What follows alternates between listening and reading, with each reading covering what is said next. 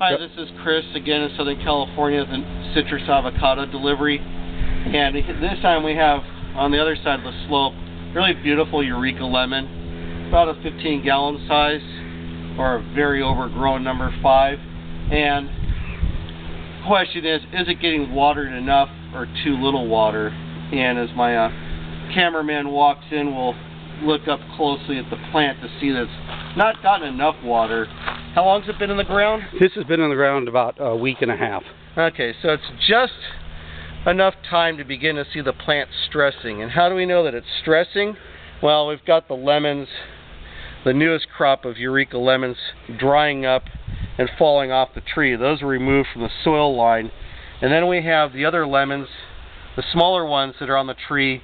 They're turning yellow and quite readily pop off. There's a bunch more on here. They're in the same condition. Good healthy fruit is not going to be shriveled up. I think there was I don't know where it went. But it's going to be rich in green color. It's going to be full, not going to show any shriveling. And that's your sign your tree is being properly watered. You don't need a moisture meter. The moisture meter has no idea what the citrus needs are anyways. And moisture meters are much more complex than that. A really good moisture meter is about $250. That's used in agriculture. A lot more sophisticated than anybody needs in their backyard. And the other thing we look at here is the soil. As a tree this size, we want, again, we always want good healthy roots. But our nice healthy white roots that are down here, Mr. Cameraman, are just right here in the root ball. And we can see this soil is really dry. We're just pulling back the first ½ inch of the soil and can see just how dry it is. This tree is slowly going to die of benign neglect over the next 2 weeks, but it won't now. This root ball, this part of it needs to be saturated because this is where the roots are now. In a few months, the roots will be out here in the new planting hole area. And while this is a really great clay, this is very grainy, lots of big rocks in here, it'll drain well. It still is barely moist enough to hold together. Right now it needs to be wet enough that some water comes out of here.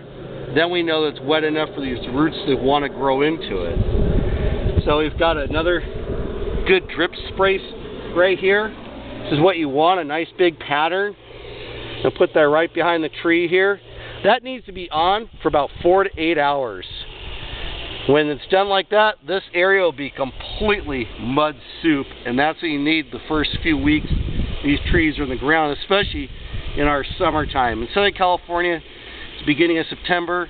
Our hottest, driest months are sometime yet to come now for September, October, and November.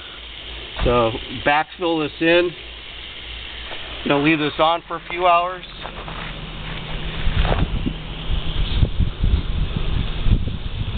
Make a little deeper basin here.